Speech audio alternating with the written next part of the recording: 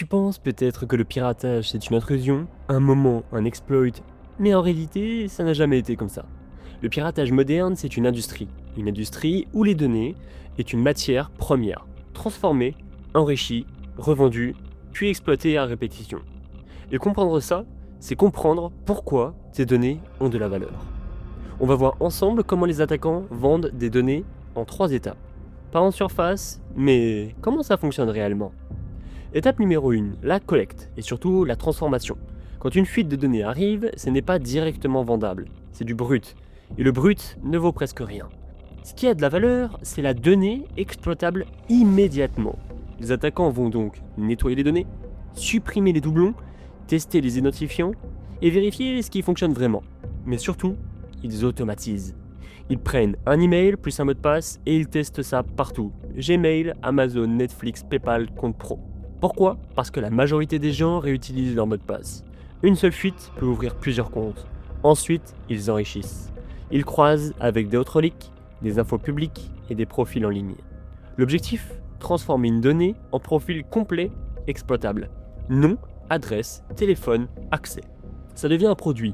Mais le vrai jackpot, ce n'est pas les particuliers, c'est les entreprises.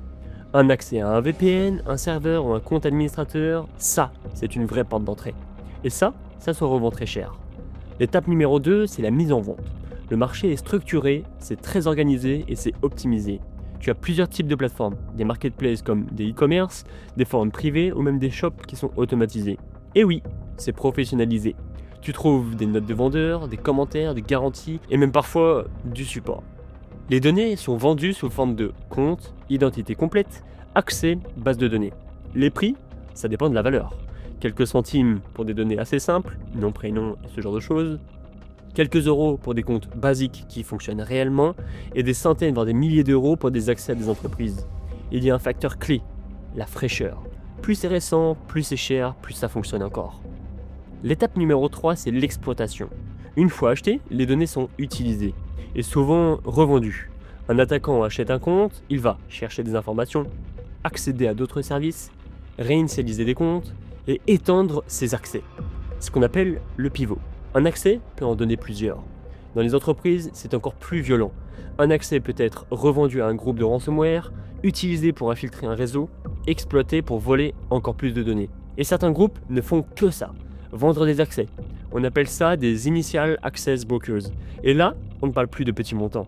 Un seul accès peut valoir 500, 2000 ou 10 000 euros, même plus. Ce que ça change pour toi, le piratage ne s'arrête pas quand tes données sont volées. C'est là que tout commence.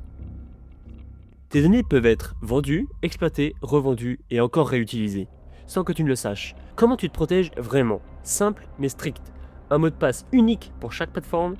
Le 2FA doit être activé sur toutes les plateformes également. Séparer tes comptes importants et réduire ton exposition. Et surtout, toujours te poser une question.